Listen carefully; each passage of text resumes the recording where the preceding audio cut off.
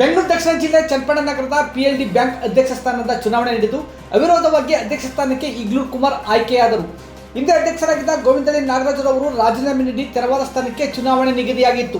ಅಧ್ಯಕ್ಷ ಸ್ಥಾನ ಬಯಸಿ ಯಾರೂ ಸ್ಪರ್ಧೆ ಮಾಡದ ಕಾರಣ ಅಧ್ಯಕ್ಷ ಸ್ಥಾನಕ್ಕೆ ನಾಮಪತ್ರ ಸಲ್ಲಿಸಿದ್ದ DMK ಕುಮಾರ್ ಅವರನ್ನು ಅವಿರೋಧವಾಗಿ ಆಯ್ಕೆಯಾಗಿದ್ದಾರೆ ಎಂದು ಚುನಾವಣಾಧಿಕಾರಿಗಳು ತಿಳಿಸಿದರು. ಕುಮಾರ್ ಅವರು ಅಧ್ಯಕ್ಷರಾಗಿ ಆಯ್ಕೆಯಾಗುತ್ತಿದ್ದಂತೆ ಅಭಿಮಾನಿ ವರ್ಗ ಪಟಾಕಿ ಸಿಡಿಸಿ ಸಂಭ್ರಮಿಸಿ ಸಾರ್ವಜನಿಕರಿಗೆ ಸಿಹಿ ವಿತರಣೆ ಮಾಡಿದರು. PLD ಬ್ಯಾಂಕ್ಗೆ ಮುಂದಿನ ಅವಧಿಗೆ ನೂತನ ಅಧ್ಯಕ್ಷರಾಗಿ ಆಯ್ಕೆಯಾದ ಕುಮಾರ್ ಅವರಿಗೆ ಪಕ್ಷದ ಗಣ್ಯರು ಹೂಮಾಲೆ ಹಾಕಿ ಅಭಿನಂದಿಸಿದರು. ಈ ಸಂದರ್ಭದಲ್ಲಿ ಮಾತನಾಡಿದ PLD ಬ್ಯಾಂಕ್ ನೂತನ ಅಧ್ಯಕ್ಷ ಕುಮಾರ್, ದೊರೆತ ಅವಕಾಶವನ್ನು ಸದ್ಬಳಕೆ ಮಾಡಿಕೊಂಡು ನಗರ ಹಾಗೂ ತಾಲೂಕಿನ ರೈತಾಪಿ ವರ್ಗಕ್ಕೆ ಒಳ್ಳೆಯ ಯೋಜನೆಗಳು ನೀಡುವ ಹೆಬ್ಬಯಕೆ ಇದೆ. ಬ್ಯಾಂಕ್ನ ಪ್ರತಿಯೊಬ್ಬರ ಸಲಹೆ ಸಹಕಾರ ಪಡೆದು ಕಾರ್ಯನಿರ್ವಹಿಸುವುದಾಗಿ ತಿಳಿಸಿದರು. ಈ ಸಂದರ್ಭದಲ್ಲಿ ತಾಲೂಕು JDS ಅಧ್ಯಕ್ಷ JC ಜಯಮುತ್ತು, PLD ಬ್ಯಾಂಕ್ ನಿಕಟಪುರ ಅಧ್ಯಕ್ಷ ಗೋವಿಂದಳ್ಳಿ ನಾಗರಾಜು, ಕುಕ್ಕುರ್ದೊಡ್ಡಿ ಜಯರಾಮ್, ಆಪ್ಕಾಂ ದೇವರಾಜು ಹಾಗೂ ಹಲವಾರು ಮಂದಿ JDS ಮುಖಂಡರು ಹಾಜರಿದ್ದರು.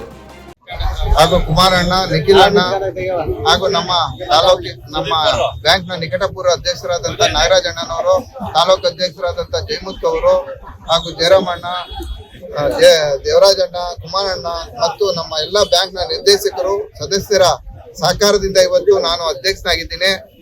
ಇವತ್ತು ಹೇಳಲಿಕ್ಕೆ ಬಯಸ್ತೇನೆ, ಇವತ್ತು ಎಲ್ಲರ ಆಶೀರ್ವಾದದಿಂದ ನಾನು ಏನು ಅಧ್ಯಕ್ಷನಾಗಿದ್ದೇನೆ, ಈ ಒಂದು PLD ಬ್ಯಾಂಕ್ ನ ಮುಂದಿನ ಅಧಿಕಾರ ಅವಧಿಯನ್ನ ಒಳ್ಳೆ ರೀತಿಯಲ್ಲಿ ದೊಡ್ಡ ಮಟ್ಟಕ್ಕೆ ತಗೊಂಡೋಗ್ಲಿಕ್ಕೆ ನಾನು ಆದಷ್ಟು ಹೋರಾಟ ಮಾಡಿ ಒಂದು ಒಳ್ಳೆ ಉನ್ನತ ಸ್ಥಾನಕ್ಕೆ ತರಲಿಕ್ಕೆ ನಾನು ಕೆಲಸ ಮಾಡ್ಲಿಕ್ಕೆ ಬಯಸ್ತೇನೆ.